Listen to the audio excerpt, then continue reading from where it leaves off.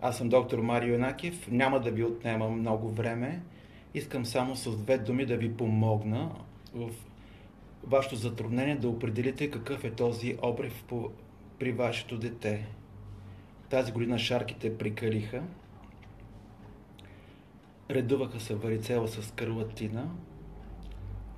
А скарлатината, да не говорим, беше още по-нахална. По някой път се повтаряше по 2-3 пъти при едно и също дете. Всяко второ дете е с някакъв обрив. Първата работа, която казват майката, е това, че свързват обрива с храна. Или шарка.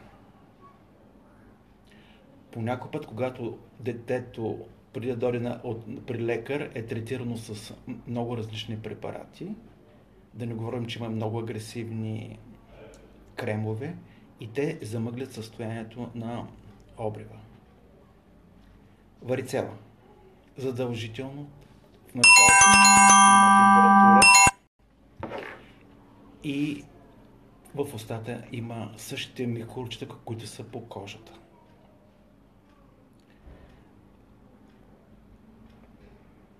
Обривите минават през няколко етапа. Първо пъпчици, след това михурчета и след това корички. Това трае около една седмица.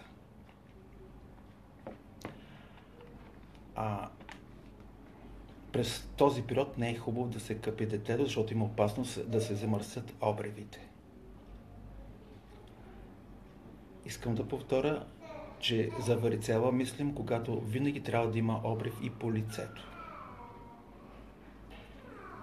Скарлатината тази година протича много по-различно.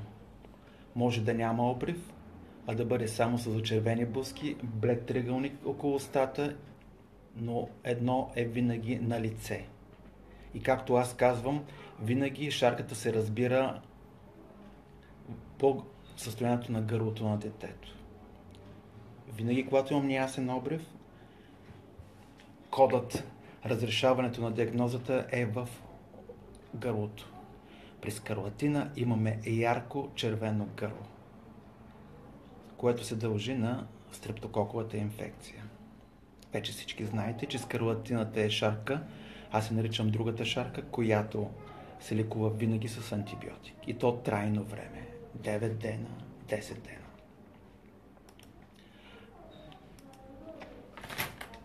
Лошото е, че тя повтаря. Имал съм случаи при деца да бъде по 3 пъти в рамките на 1 месец и задължително на 20 ден трябва да направим изследвания. Защо се прави изследване при скарлатина? Защото този бета-хемолитичен стрептокок от група А по някой път е много неприятен за нашия организъм.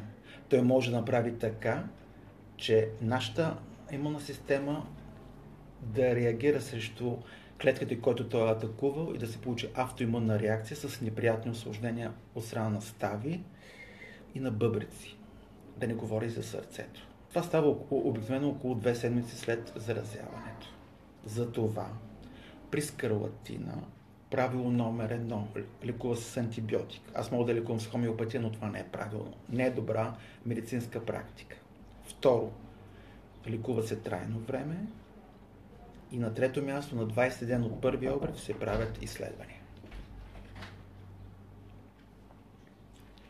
И последен апел към майките: не пускайте деца болни от шарка в детските градини. Само в България има едно старанно мероприятие, наречено шаркино парти. Нарочно искат да се заразят децата с мита, че трябва по-рано да се преболедува. Не го правете. Довиждане. До следващия път.